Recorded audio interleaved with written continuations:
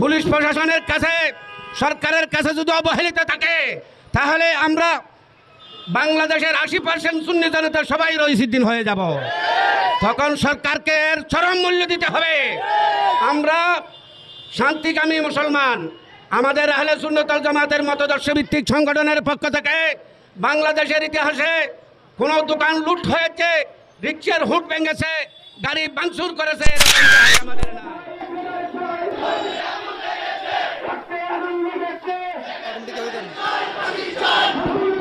লাইভটা ইতিমধ্যে শেষ করে দেন। সবগুলো করা ছিল লাইভ, যেটা দেখতে পাচ্ছেন লাইভগুলো শেয়ার করে দেন।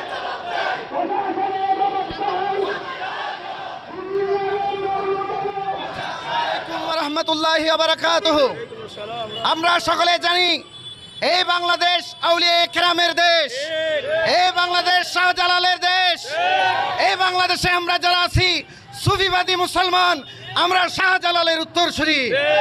আর যারা আহলে সুন্নাত ওয়াল জামাতের বিরুদ্ধে যারা রয়েছে, সুন্নি জনতার সাথে যারা দুশ্মনী করেছে, নিঃসন্দেহে তারা হচ্ছে গোরগোবিন্দের লোক। তারা খাজা গরিবের আমাদের উত্তরসূরি নয়, তারা পৃথ্বীরাজের উত্তরসূরি। এই বাংলাদেশ সুন্নি জনতার বাংলাদেশ। এই জান্নাত, এই বাংলাদেশ হতো না। আজকে রইসুদ্দিন হত্যা হতো না। রইসুদ্দিন হত্যা করার পরেও প্রশাসন নীরব ভূমিকা পালন করেছে। দোষীদের মামলা পর্যন্ত নিতে চাইতেছে না। এমনকি থানার মধ্যে রইসুদ্দিন প্রশাসনিক এই ওসি সাহেবের মাধ্যমে হেনস্থার শিকার হয়েছে তিনি, এবং তার পরিবার পরিজনকে খারাপ ভাষা ব্যবহার করেছে, তাকে চিকিৎসা থেকে বঞ্চিত করা হয়েছে। রইসুদ্দিন হত্যা এটা কোনো হত্যা নয়, এটা পরিকল্পিত হত্যা। আমরা এই হত্যার বিচার চাই। এই হত্যার সাথে যারা জড়িত শুধু তারা নয়, সংশ্লিষ্ট থানার ওসির বিরুদ্ধে মামলা করতে হবে। সংশ্লিষ্ট থানার ওসির বিরুদ্ধে মামলা করে তার দৃষ্টান্তমূলক শাস্তি আমরা পুলিশ প্রশাসনের কাছে, সরকারের কাছে যদি অবহেলিত থাকে, তাহলে আমরা বাংলাদেশের 80% সুন্নি জনতা সবাই রইসুদ্দিন হয়ে যাব। তখন সরকারকে এর চরম মূল্য দিতে হবে। আমরা শান্তিকামী মুসলমান, আমাদের আহলে সুন্নাত ওয়াল জামাতের মতাদর্শ ভিত্তিক সংগঠনের পক্ষ থেকে বাংলাদেশের ইতিহাসে কোনো দোকান লুট হয়েছে, রিক্সার হুট ভেঙেছে, গাড়ি ভাঙচুর করেছে, এরকম ইতিহাস আমাদের নাই। হবে আমাদেরকে টেকিয়ে রাখা যাবে না। আমাদের বুকে শাহজালালের রক্ত আছে, আমাদের বুকে খাজা গরিবের আমাদের রক্ত আছে, আমাদের ছেলেদের বুকে ইমাম হুসাইনের রক্ত আছে। আমরা বুলেট বোমাকে ভয় করি না, জেল জুলুমকে ভয় করি না। আমাদের শহীদে মিল্লাত নুরুল ইসলাম ফারুকীকে যারা হত্যা করেছে, এখনো পর্যন্ত কোনো সরকার সেটার সঠিক বিচার করে না। বাংলাদেশ পুলিশ প্রশাসন, আমি প্রশাসনের দৃষ্টি আকর্ষণ করে বলতে চাই, 5ই আগস্ট যখন ফ্যাসিস্ট সরকারের পতন হয়, ঠিক সেই সময় হাজার হাজার জনতা বন্দর থানা ঘেরাও করে প্রত্যেকটা পুলিশকে অবরুদ্ধ করে রেখেছিল। সেদিন আমি আব্দুল হাশেম বন্দর থানায় 3 তলায় উঠে বুকে গুলি ছুটবে সেই দিকে না তাকিয়ে সকল পুলিশ বাহিনীর পক্ষ নিয়ে সুন্নি জনতা সহ এই দেশের আপামর জনতা যারা বন্দর থানা ঘেরাও করতে গিয়েছিল, সেই হাজার হাজার জনতাকে আমি থামিয়েছি বক্তব্যের মাধ্যমে।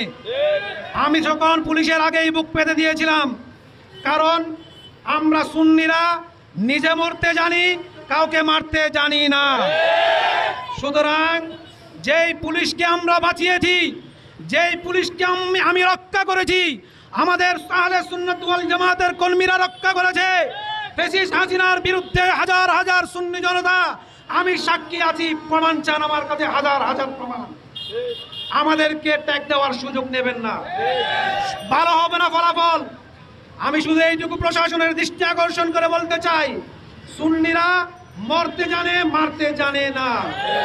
সুতরাং যেই পুলিশ বাহিনীকে আমরা রক্ষা করেছি, সেই পুলিশ বাহিনী কিভাবে নির্যাতন করে মাওলানা রইসকে হত্যা করলো, প্রশাসনের কাছে জবাব চাই। আমরা অনতিবিলম্বে মাওলানা রইসকে যারা হত্যা করেছে, 72 ঘন্টা আমাদের নীতি নির্ধারণ ফোরামের পক্ষ থেকে 72 ঘন্টার আলটিমেটাম দেওয়া হয়েছে।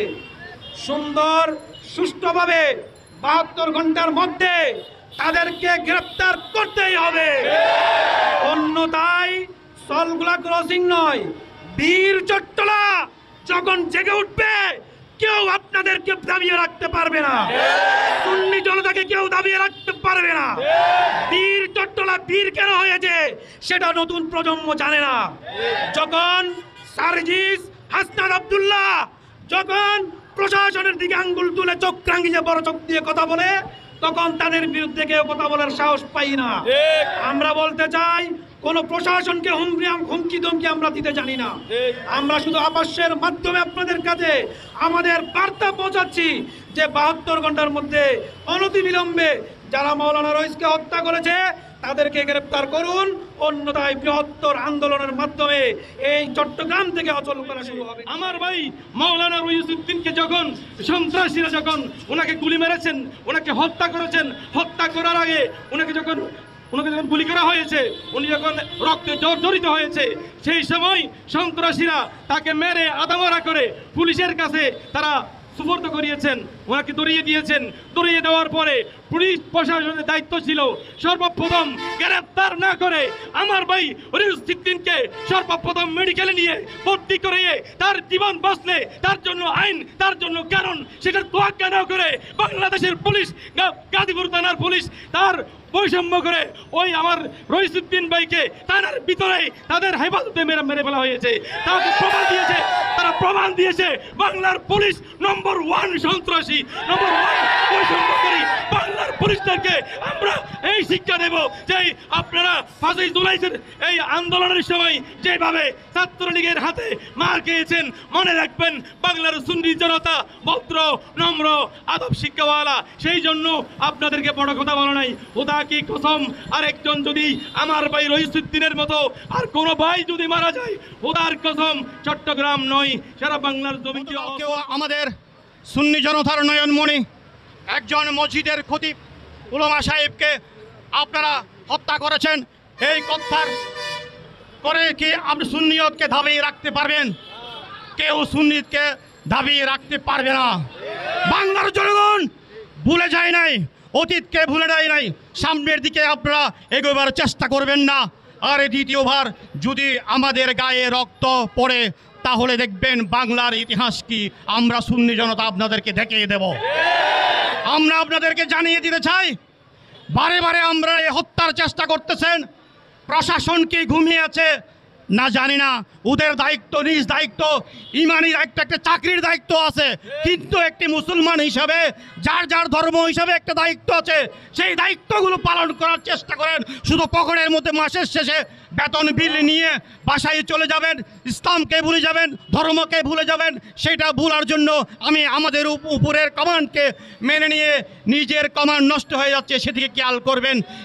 নিজের একটা ইমান আছে, সেই ইমানি দায়িত্বটা পালন করেন। চাকরি কতদিন থাকবে?